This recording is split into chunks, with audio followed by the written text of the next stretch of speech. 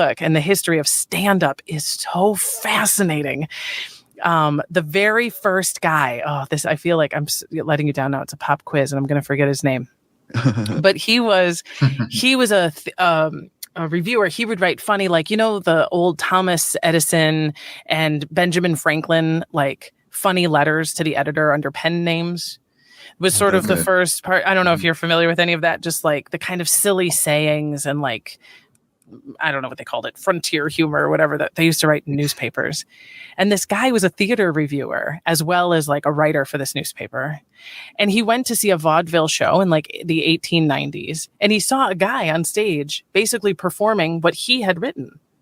He was like, he's doing my shit. Like, oh, no. I wrote that in the newspaper as like a funny fake letter. And now this guy's performing it as a character. And there was nothing illegal about it. But he was like, I could be doing this. Right. Mm-hmm. Right. Mm-hmm. So he was like one of the first guys who like stood up with a microphone and pretended and told jokes by himself. And there was no, and that like stuck a pin in like what became, but the name stand up. Oh, buckle up, guys. This is the history you want to fuck. Mm-hmm.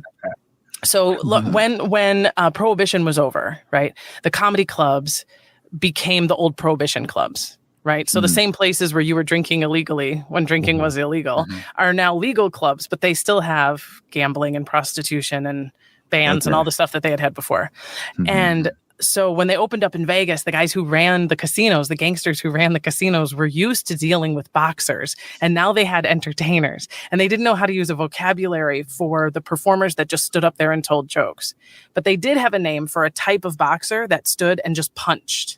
You'd have your southpaw, you'd have your uppercut guy, you'd have your whatever, and they knew how to describe boxers. No way. So they finally were like, when they tried to explain what a stand-up comedian is, they called it they called it to stand up because they just stand up like the guys and they punch and they give punchlines. Punchlines. Wow. That's so they were like, what is it? And they were like, it's like a stand-up. It's like a stand-up boxer, but it's punchline. So that's like where the name came from, and that would have been like 1920s. Yeah. Yeah. I'm a big fan of combat sports, MMA, and boxing, so that's mind blown. Mm-hmm. And there's a lot of comedians like Jay Leno has great stories about like the mob forcing him essentially to perform in clubs because he was a big draw, and they invited him to perform, and he was like, "I'd love to, but I'm already booked at another club." And they'd be like, "What club is that?" And he'd tell them, and then they'd get a call and be like, "You've been released from that other club, and you can now work for us." Conveniently.